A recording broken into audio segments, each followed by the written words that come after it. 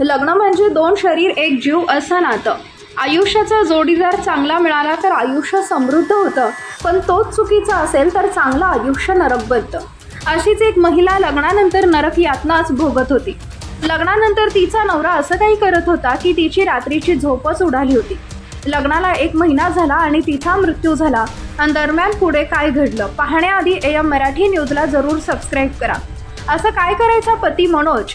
अलवरच्या तिजारा परिसरात राहणारी सोनम नर्सिंगचे शिक्षण घेत असताना मनोजची तिची ओळख झाली। मनोज बिहारमध्ये कंपाऊंडर म्हणून काम करत होता। महिन्याभरापूर्वी दोघांचं लग्न झालं। लग्नानंतरचे 6 दिवस अगदी चांगले गेले, सर्व काही सुरळीत सुरू होतं। पण 6 दिवसांनी मनोज असं काही करू लागला की सोनमचं आयुष्यच उद्ध्वस्त झालं। मनोज रात्रभर गायब होऊ लागला। सोनम रात्रभर त्याची वाट पाहत जागी असायची, पण तो दुसऱ्या दिवशी घरी यायचा।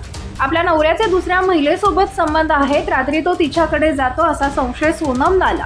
तिनं त्याला याबाबत विचारलं तर त्याने तिला मारहाण केली। तो तिला आपल्या फोनलाही हात लावू द्यायचा नाही।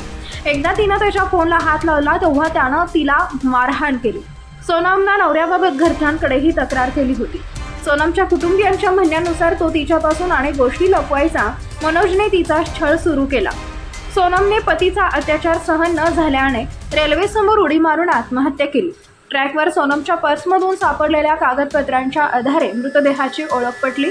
लग्नानंतर 1 महिन्याने सोनमनं आपलं आयुष्य संपवलं। सोनमच्या मृत्यूनंतर कुटुंबियांनी तिचा मृतदेह बिहारहून अलवरला आणला।